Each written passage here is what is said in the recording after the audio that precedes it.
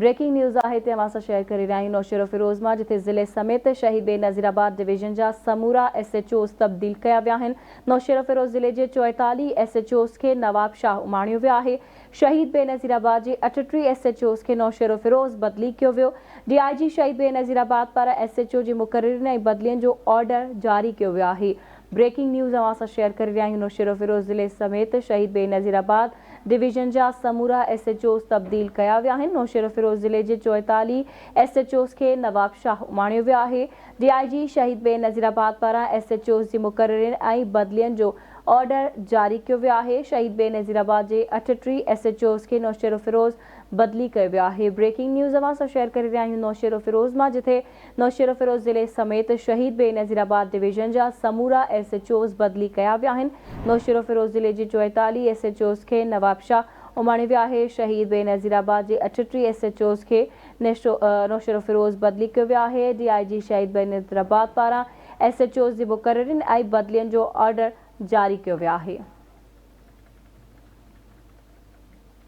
Breaking news नौशेरो Firoz मां अवां सां शेयर करे रहिया आहियूं। ज़िले समेत शहीद बेनज़ीराबाद डिवीज़न जा समूरा SHOs तब्दील कया विया आहिनि।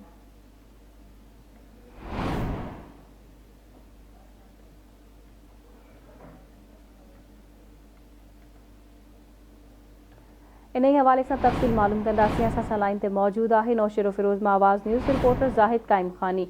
जी ज़ाहिद, छा तफ़सील आहिनि, आगाह कजो। जी बिल्कुल, निगरान हुकूमत के सेटअप बाद जो है शहीद बेनज़ीराबाद रीजन में नवाब शाह, नौशेरो फिरोज़ और सांगड़ ज़िलनि जा मुख़्तलिफ़ थाननि जा SHOs तकरीर और मुक़रर कई वन। नौशेरो फिरोज़ ज़िले से ताल्लुक़ रखण 42 का वधिक SHOs इंस्पेक्टर सब इंस्पेक्टरनि खे जो है नौशेरो फिरोज़ का बदली करे नवाब शाह ऐं सांगड़ रखे वियो आहे। छो नवाब शाह ऐं सांगड़ में कुछ 38 का वधिक SHOs के नौशेरो फिरोज़ ज़िले में उमाणियो वियो आहे। अहिड़ी तरह DIG शहीद बेनज़ीराबाद परवेज़ अहमद चांदियो जी सही सां ऑर्डर जारी किया हुआ है, जगह काफ़ी आवाज़ थी हुई हथ आई है। उनमें जनाया वियो आहे त नौशेरो फिरोज़ ज़िले के मुख़्तलिफ़ थाननि ते मुक़रर मोरे जो SHO मुजीब नारे जो, नौशेरो फिरोज़ जो राना जमशेद, कंडियारे जो मजीद अरईम, बेरियामा मुनीर लगारी, सिकंदर चांग, रशीद अहमद और कुर्बान कलवर समेत जो SHOs आहिनि जेके मुख़्तलिफ़ थाननि ते मुक़रर आहे, उहे जेके नौशेरो फिरोज़ खां बदिली करे नवाब शाह सांगड़ मुक़रर कया विया आहिनि। जॾहिं त पुलिस लाइन जा भी कुछ सब इंस्पेक्टर के जो है नौशेरो फिरोज़ में बदिली करे नवाब शाह ऐं सांगड़ तब्दील कयो वियो आहे।